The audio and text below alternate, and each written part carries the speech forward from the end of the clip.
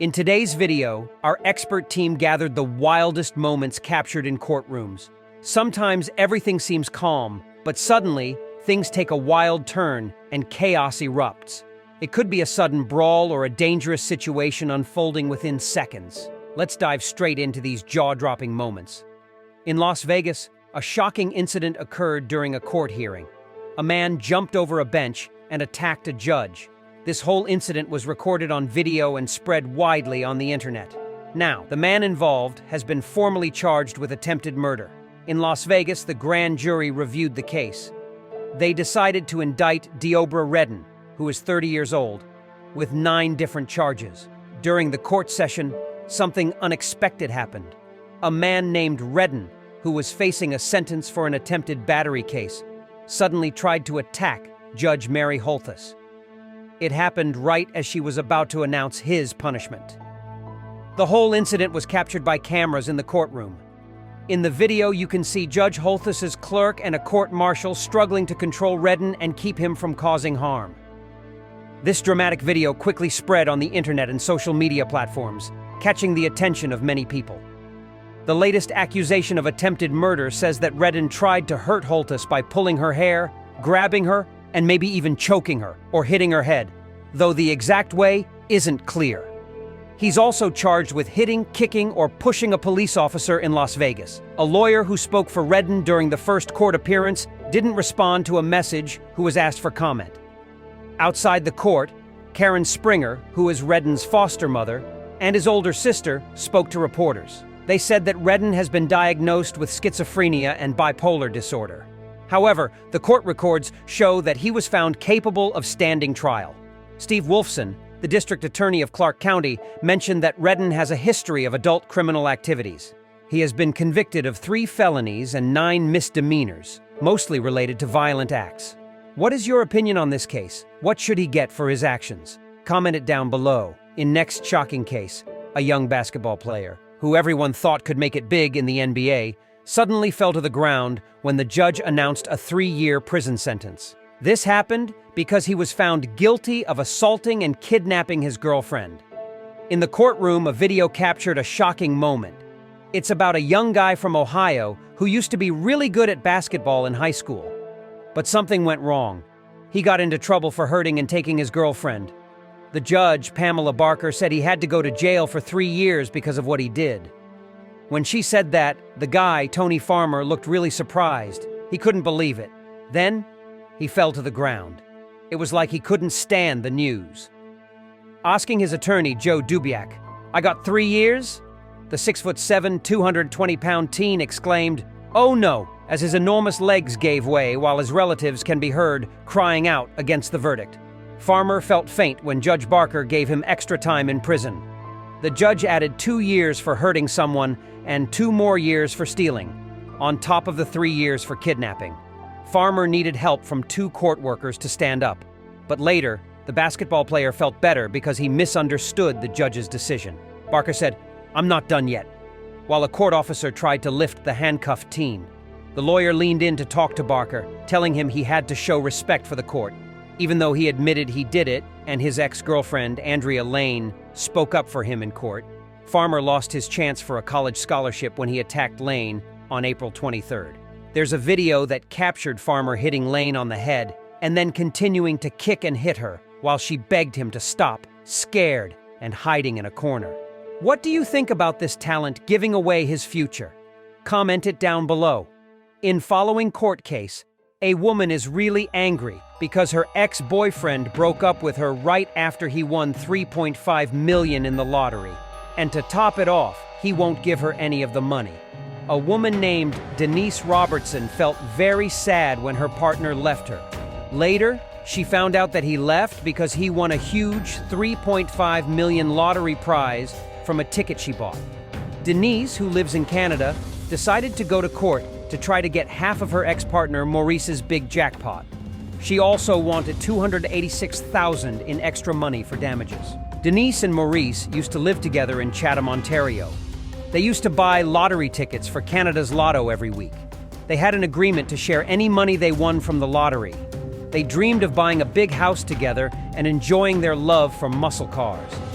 but Maurice said he never agreed to share the winnings with Denise, according to the Sun newspaper. Maurice and Denise weren't officially married, but they lived together for more than a year in Canada. This gave them similar rights to a married couple under common law. During that time, Denise's teenage daughter also lived with them. Denise's lawyer, Stephen Pickard, explained that when Maurice won the lottery, he only received half of the prize money from the Ontario lottery regulator. The regulator held on to the other $1.75 million, leaving it up to the courts to decide who rightfully owned it. Lawyer Stephen Pickard said they always agreed that if they had a winning ticket, the proceeds would be theirs, together as a couple. Maurice and Denise have been buying lotto tickets together for almost their entire relationship. Sometimes he would purchase the tickets, and sometimes Denise would, he added. Sometimes Denise would give him money, and he would buy the tickets when he went to pick up cigarettes. Denise's legal team claimed that Maurice treated her and her rights very badly, saying he was deceitful, arrogant, and didn't care about her. When Denise heard that someone in her town had won the big $1 million prize, she asked Maurice if he had bought a ticket that week. He apparently told her they didn't win. The next day, Denise was surprised to find Maurice had packed up and taken most of his stuff, including his clothes and passport. She also learned he texted his boss saying he quit his job and broke up with her. The message read, "Denise and I are no longer together. Since I left her Monday, another life-changing thing has happened. I am sad to tell you by text, but I will not be coming back to work." Later on, it's said that Maurice sent a photo message of the lottery ticket he won.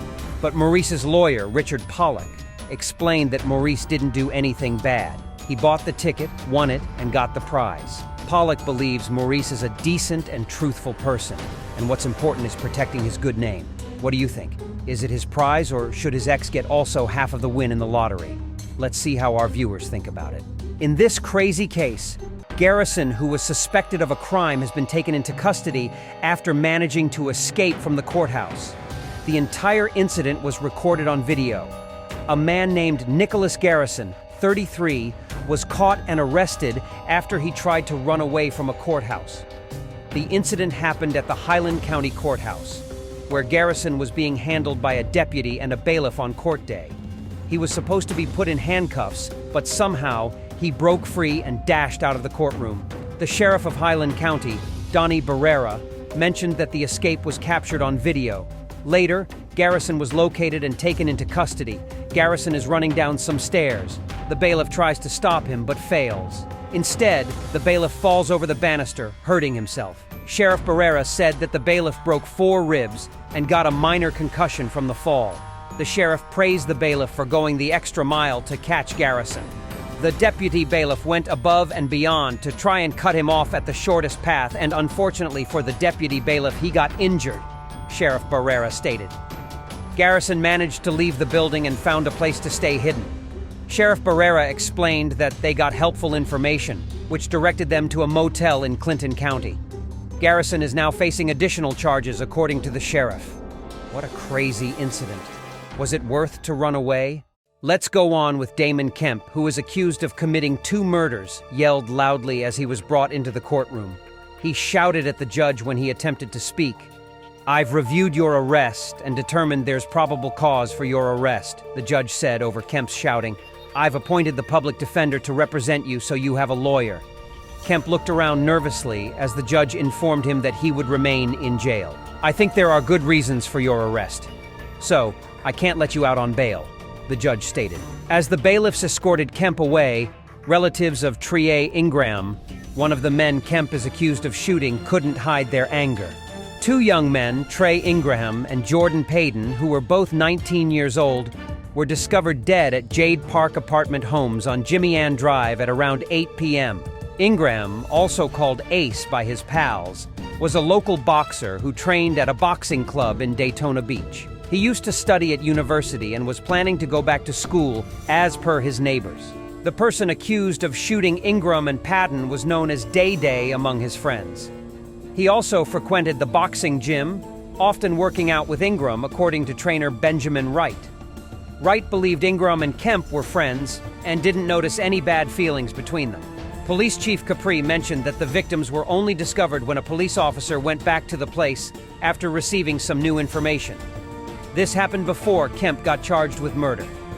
Just a day earlier, Kemp faced a charge of burglary with assault and battery. He was put in jail for that while the state attorney's office looked into what the detectives found.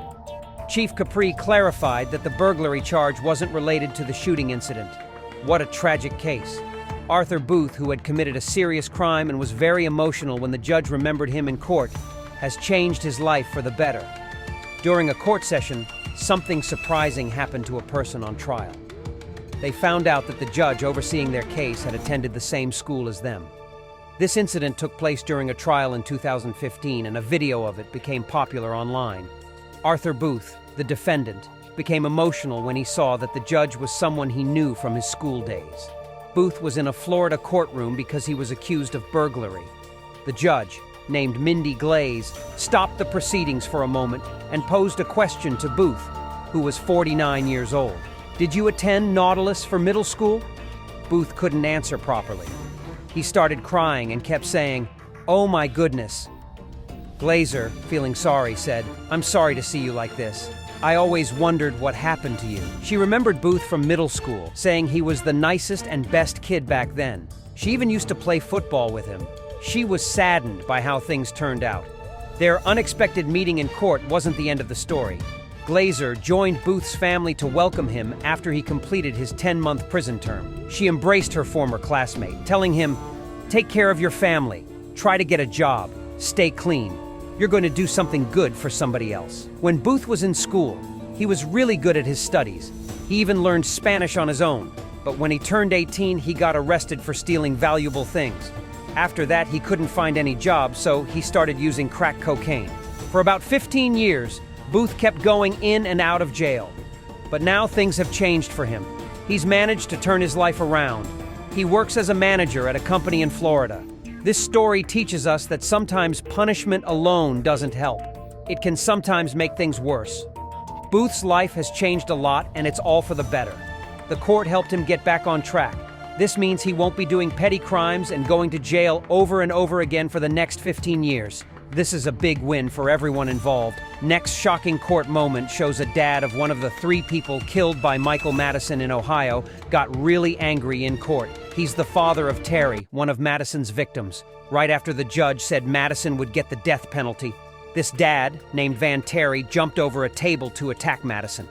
Just a few minutes earlier, Terry was standing at the podium, trying to tell the judge how much losing his daughter had hurt him.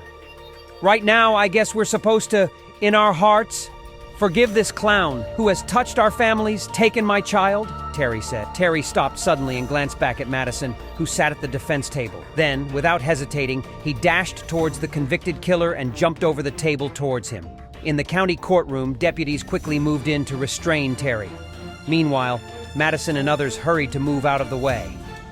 The courtroom became chaotic for a moment, with someone in the gallery shouting, "No!" repeatedly, and another person screaming his name. Terry was forcefully taken out of the courtroom by police officers. Madison seemed unharmed. This commotion occurred shortly after McDonnell gave Madison the death penalty for the murders that took place in 2013. Should criminals get more years for their aggressive behavior in court? Which courtroom moment do you think was the most disrespectful case? If you know court cases that could be featured on the channel, please write it in the comments section. Take a second to write your thoughts down below. Please subscribe to our channel and check out one of these videos. See you next time around. Take care.